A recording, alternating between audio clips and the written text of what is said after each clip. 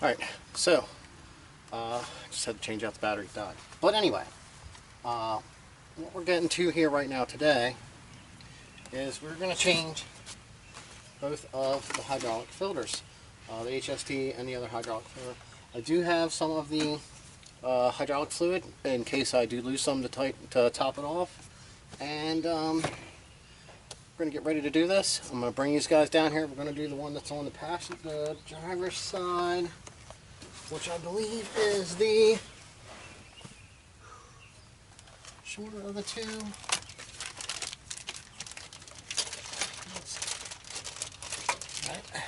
That's this one, and it is the HST filter. So we're going to get that taken care of. I'll bring these guys down here so you can see what we're doing. Alright, the filter's located right here, and I have a drain pan in case we're going to lose any. Now I'm going to unbag this, and I'm going to take my marker, which I didn't write it on there since I do this stuff. I do my oil change and everything all at the same time, but I'll be doing probably an oil change before I do the filters, I think. But I'm going to take my Sharpie and I'm going to date and put my hours on this filter, and then we'll pull that one off and swap it out. Alright, so I got my hours and the date wrote on that. If you want to see what the part number is for this one, there's the part number right there. Pretty sure that's coming up. Yep, there's the part number. Alright, so we're going to set this way. See if we can turn this by hand. Alright. That's actually really good that you can't, due to the vibration and everything. You don't want to have it come off easy.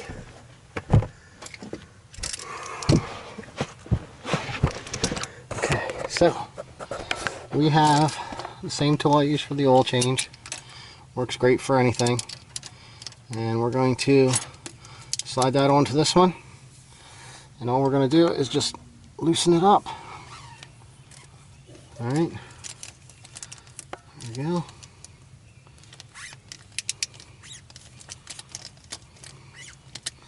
Alright, good to go right there. Now, we can get in here and we can loosen this one. A little bit of fluid comes out.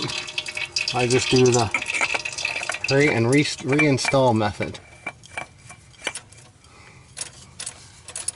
Works out just fine for me. It actually stops. You can't turn it no more, so it's tightened up all the way. But the fluid, plenty clear. We don't recommend you change this till it has, I think, 400 hours. But they are telling you to change your filters at the first 50, and then at your 200-hour services, which is where we're at right now. So. Okay, we got that one changed out. Now we're going to go over to the passenger side, or the right side. I'm assuming that they confer that the same as they do a car, and we're going to swap out the filter on the other side. Alright, so now just to help with this, I actually stuck it back on the tripod so you can see where we're at. We're on the right side of the tractor, where you're sitting in. This will be on the right side, the other side was our left. Alright, here's the filter for this side. There's the part number.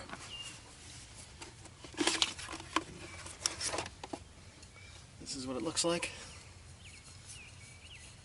Alright, now we're going to write our information on the back of this one, just like we did the other ones.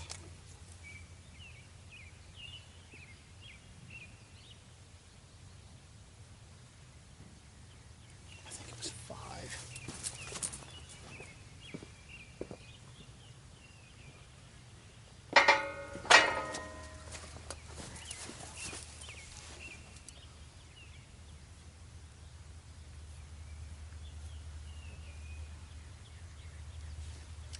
We go.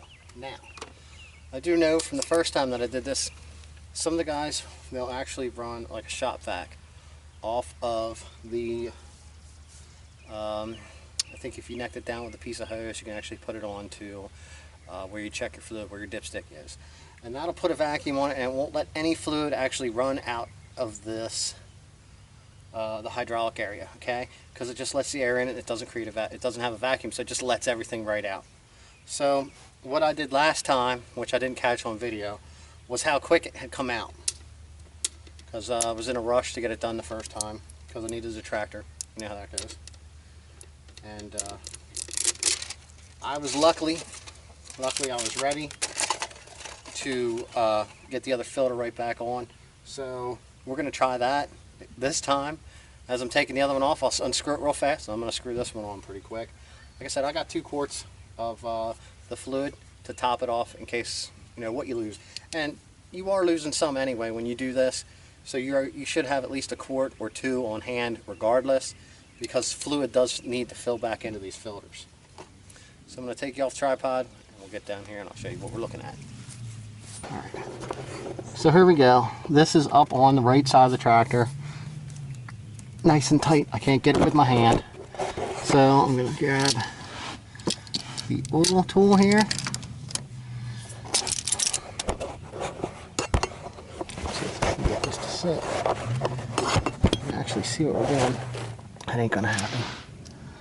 Alright, I'm going to break this loose. You can't see it right now, but it's a 2-hand job. Alright, that comes loose really nice. I'm going to move my drain pan over. Let's see if I can get this set up. I have it's got the part for the tripod, so it's not working out the best. But there you go. You can see it. I'm going to have one filter in one hand. Here's the other filter that we're removing. They are exactly the same filter, the Kubota suction filter. Alright, and all I'm going to do is I'll pull this sucker off here, see how fast it comes out, and then we're going to put the other one right back on.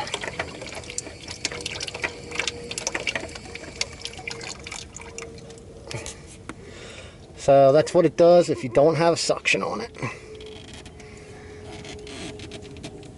Alright.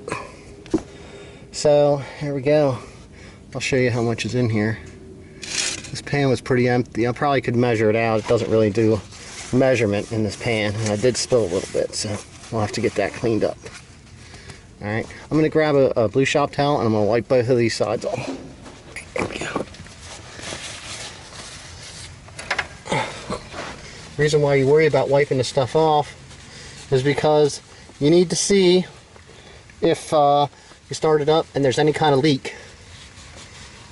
Because if there's no oil on anywhere when you start it up, there shouldn't be anything. As I stated, it'll show a leak. That's why you're worried about cleaning everything off. Alright, there we go. Get this out of the way. I don't know if you can hear it at all, but it's actually starting to rain here. I always like to try to clean this up and actually sometimes take some of the soil up.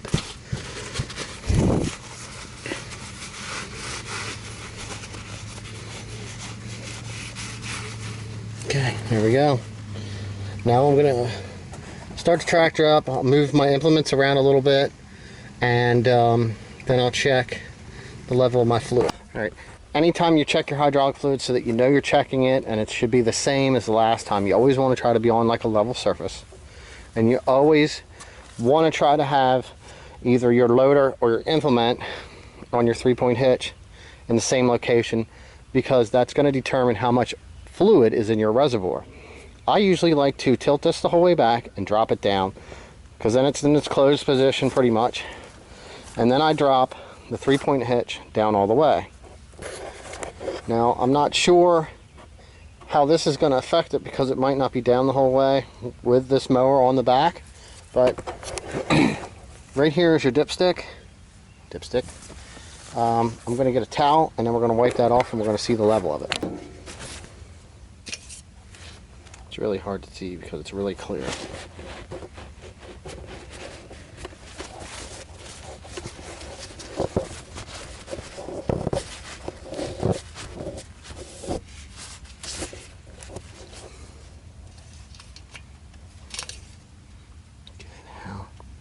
It's actually a little bit below that dot. I don't know if you can see the shininess of it on the camera or not. So it's probably okay, but I think what I'm going to do is I'll add a little bit because I know we did lose some. Basically, you want to clean out around your fill area. Make sure nothing can get back down in there. Alright, so that's what you want to do there. One of these is open, so we're over halfway on this quart. So I'm going to come in here, and these are made to turn with that to the top. So we're going to do our best to hit the hole.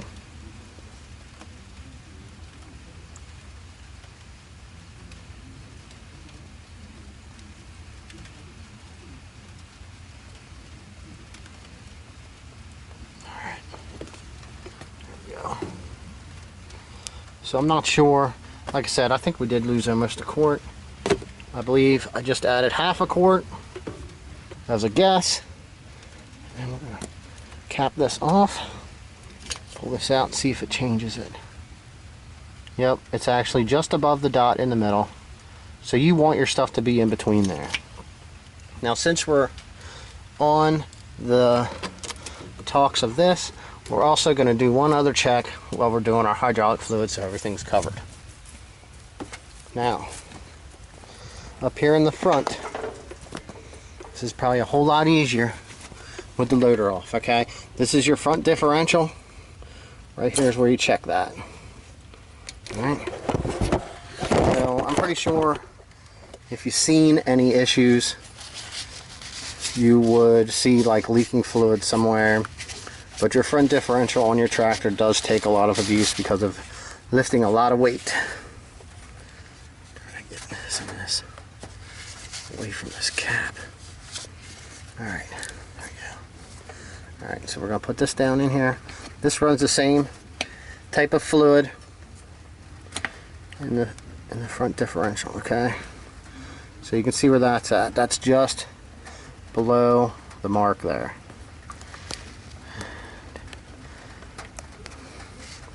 It's actually pretty full. Alright, so there we go there. So we're all good on our fluids, and like I said, that's what you want to do when it comes to just changing the fluids. We didn't change any of the hydraulic fluid, so this is part of our 200-hour service on our Kubota here. So we're all fixed up. Thanks for watching.